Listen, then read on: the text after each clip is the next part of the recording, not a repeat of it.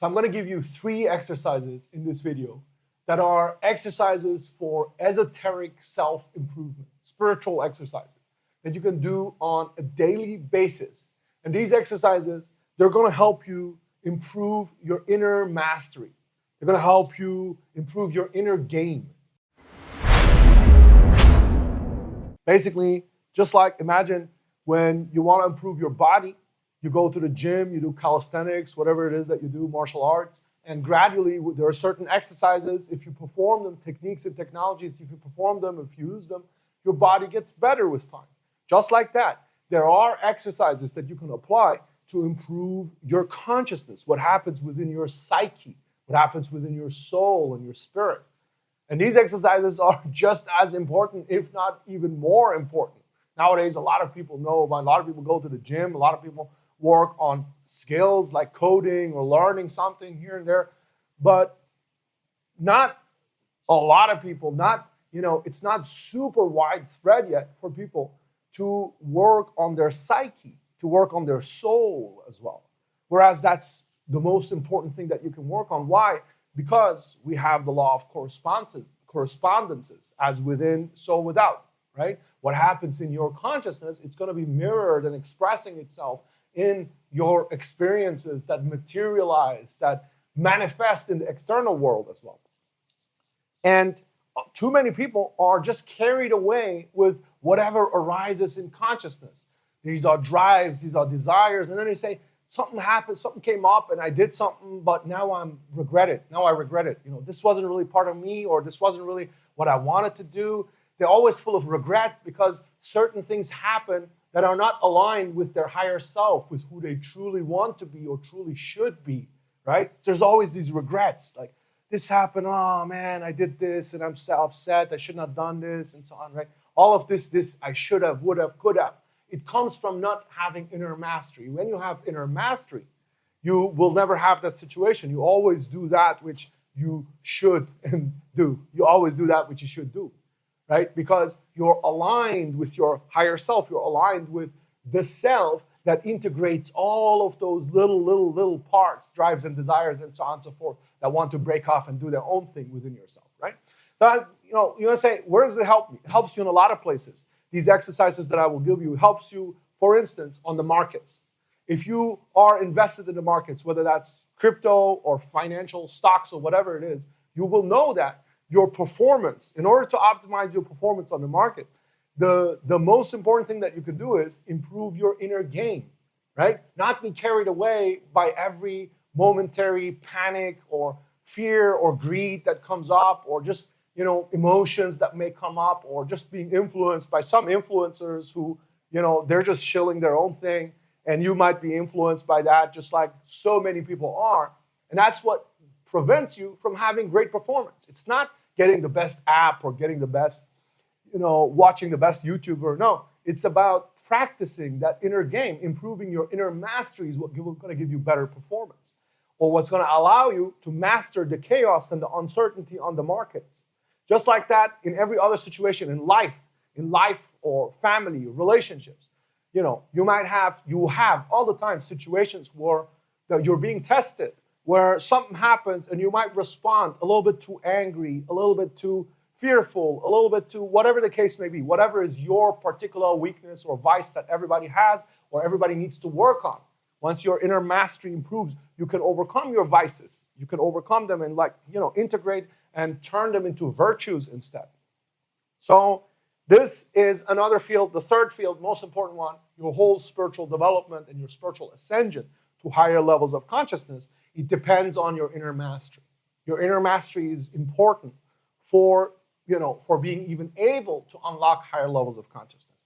So now you're going to say, okay, what are these exercises? I've got you interested at this point. Great. I'm going to tell you the exercises. The first exercise that I will tell you, this exercise, it's called the 2 ends of the stick. Okay, this is actually an exercise that I popularized in my previous incarnation, which is something that I will talk about in future videos. But be that as it may, the 2 ends of the stick, the idea here is that for every situation and any situation that arises where there is an uncertain outcome, where there is, things could go either way. You imagine, you visualize, before you go into that situation, you visualize the worst possible outcome and the best possible outcome. And you visualize those as if you have lived it.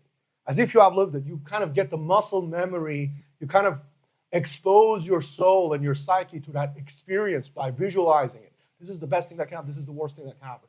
And most of the times, how actually things happen is somewhere in between that. It's not the worst, it's not the best, right? Imagine you're going into a deal, in a situation with a deal. There is a meeting, you have a meeting, there's somebody who's looking to give you a contract. If they give you the contract, it's going to be amazing for you. You imagine the best situation. They give you the contract, and they also call 5 other clients, 5 other friends of theirs. They send that business over too, and you get featured on magazines, and suddenly your business goes 10x, and you can now go on vacation, and you can buy this thing that you wanted to buy. All of these things, best possible, like best possible outcome. You think about the worst possible outcome. You visualize that. What happened? You go in there, you lose your, you forgot your slides, you make a fool of yourself, or even, I don't know, you do something wrong for this business and something really, he sues you or whatever, right? So you imagine the worst possible and the best possible outcome, and you visualize that. And you think, you know what? I can deal with that. I can deal with that too. Yeah, I can deal with that. And what's going to happen is once you go into the situation, you're going to be far more even-keeled. You're not going to be nervous. Even if something happens in the situation, that's fine. Okay, you gave me this deal, fine. I'm not going to be super enthusiastic and behave like somebody who has never seen money before, right? Because I visualize this going even 5 times better. Now you're giving me the deal, fine. Similarly, he says, no, I don't want to work with you. Fine. I visualize 5 times worse than this. You see what I mean? So you're not going to be hit that hard by the flow of experiences if you expose yourself to these possible outcomes. Actually, the samurai had a similar exercise. Samurai, the Japanese martial artists, warriors with the honor codex, and they were also spiritual practitioners. They had this practice where they would imagine the worst possible outcome all the time of things, and also the great outcome. This is a practice and exercise that, as I said, it's been popularized, but it goes back to the ancient wisdom. Now, the second practice that I'm going to tell you, this second practice, it actually goes back to the Indian tradition. The Indian tradition. It's a practice that it comes from, the image that I'm going to give you comes from the Indian epic, the Mahabharata. And this exercise is called Sanjay, what have they done? Okay, so this goes back to I'm going to illustrate this by giving you the image from the Indian epic, the mythology, in the Mahabharata, which is a big, mythological battle, but it's also actually a spiritual teaching. It's a very, very deep spiritual teaching. And the Indians, they have in their traditions a lot of spiritual techniques and technologies. They're very gifted like that with a lot of spiritual downloads. So in the Mahabharata, you have this king called Dhritarashtra, and he's blind. He's a blind king. And this blind king, his sons, he has like 100 sons, or 99 sons, 100 sons. And these sons, his sons, they are fighting against another army. The Kauravas, they're fighting against the Pandavas. The 5 brothers are on the other side. And all the great people of that time are fighting in this war. This is a massive war. It's a cosmic war. It's the war that determines the future of the world. Everybody, all the great masters and gurus and rishis, and everybody is fighting in this war. And he is blind. Obviously, he's not fighting in the war. He's sitting at home. But he was given a boon by Krishna, by Lord Krishna. And he was given a boon that his charioteer, Sanjay, he can see in his inner eye every day what's happening in the battlefield, on the battlefield, Kurukshetra. So what happens is every night, Dhritarashtra, the blind king, goes to Sanjay, his charioteer. And every night he says to him, Sanjay, what have they done? And Sanjay reports for him. Sanjay had the inner vision. He was basically remote seeing, remote viewing. He sees the battlefield and he reports. And what is it? We're going to say, okay, so what does it got to do with me? Where's the exercise? There is an exercise. This is a parable. This is a metaphor. Because inside yourself, inside your psyche, there are all of these different forces that are fighting against each other. There are some forces that are fighting for ego, that are fighting for breaking off and doing your own thing and just ignoring the rest, just being egoistic. And then there are other forces within you that want to align everything with your highest self. They want to align everything with your God self. And this goes for every level. Let's say for your appetite. There is a force in your appetite that says, screw it, eat everything. Eat it now, eat all the processed food, eat everything you can, forget about tomorrow, forget about your health, forget about this. There's another energy in you which says, no, let's be aligned. Let's be aligned with the holistic well-being of this whole system. And just like that, it's in every level, right? In your how you speak, how you respond to situations, how you think, what do you allow in your brain. There's always this fight between these two sides. And every night, just like the blind king asks his charioteer every night, Sanjay, what have they done? You can sit and meditate.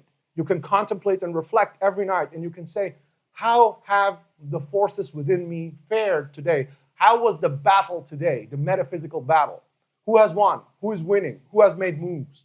Who is on the attack? Who is on defensive? Who is gaining strength? Who is doing some sneaky strategies here? And I can reflect on all of that. And maybe there's a situation in the day that I remember, there was a situation where I spoke a bit flippant. I spoke a bit arrogantly. And this was part of my throat chakra. This would be the throat chakra, how you speak. And this was some ego that came through the throat chakra, that came through speaking, right? And you can reflect on that. And then you imagine and you visualize how that same situation would have happened if you had done this situation while being aligned with your higher self, while being aligned with your God self. And that visualization that you do at night helps you to align more. Next time a situation like that comes up, you're going to be much more aligned. Or maybe, you were a little bit impatient. You got a bit scared. Let's go back to the markets. You were a little bit impatient. You made a mistake, right? And you're going to reflect on this and just imagine yourself how that same energy, you lived it, but you lived it with alignment with your higher self, right? And that helps you gradually improve, gradually hone yourself. This is the second exercise.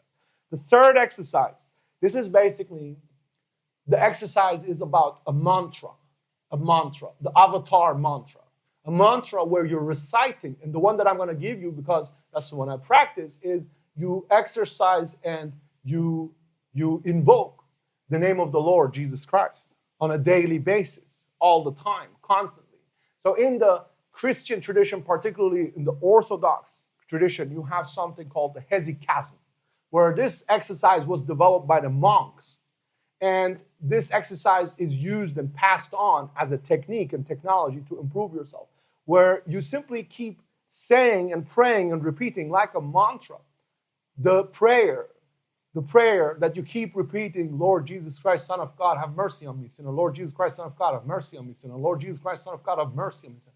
And you keep repeating this until it becomes a backdrop, until it becomes a beat, until it becomes a rhythm, until it goes into your subliminal, into your unconscious, right? Until it just kind of runs there. It's like running on autopilot, on repeat, but you don't hear it anymore. It just kind of goes deep, right? And that, what it does is it gives you the beat and it gives you, it's a spiritual defense mechanism. It's an automatic defense mechanism which doesn't allow you to fall into temptation or fall into ego whenever situations arise, because the program is running. The program is running. It also has other, higher spiritual effects. For instance, if you're being attacked by an astral attack or a spiritual attack, if there is somebody who's attacking you from somewhere else in your dreams or in other types of spiritual attacks, this is a self-defense mechanism. It's a spiritual antivirus. It's running there and it's just kind of activating and it's going bang. It's coming up and taking care of the situation for you, right? So you want to say, do I have to? Yes, you should. You should evoke the Lord Jesus Christ. But if you don't, if you're in other traditions have this too. In the Indian tradition, there is mantras where the avatars are evoked, the God avatars. And even, for instance, the Sufis have this practice where they evoke la la la la la la la la. This is the practice that they evoke. This is the evocation that they do. I am personally, from my past incarnations, very much connected with that tradition, which I can tell you in future videos. But it is actually preferable to evoke the name of the Lord Jesus Christ. It is preferable in this incarnation.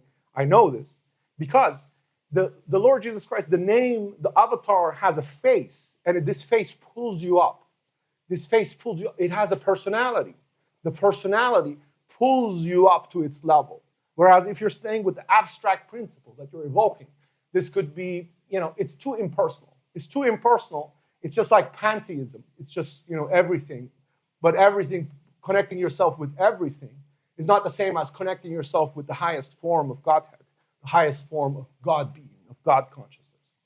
So what does it do for you? It sets that rhythm, and when situations come where you might fall into this and that side, it keeps you aligned. It keeps you in line. These are 3 exercises that you can practice. And you can do them on a daily basis. You can start with one or the other. And you will see, once you start practicing these, that your inner mastery will improve. Now, there will be more on this channel. There will be more that I will share in due time. But for now, I'll leave you with this, and I wish you all the best. Be well and be blessed.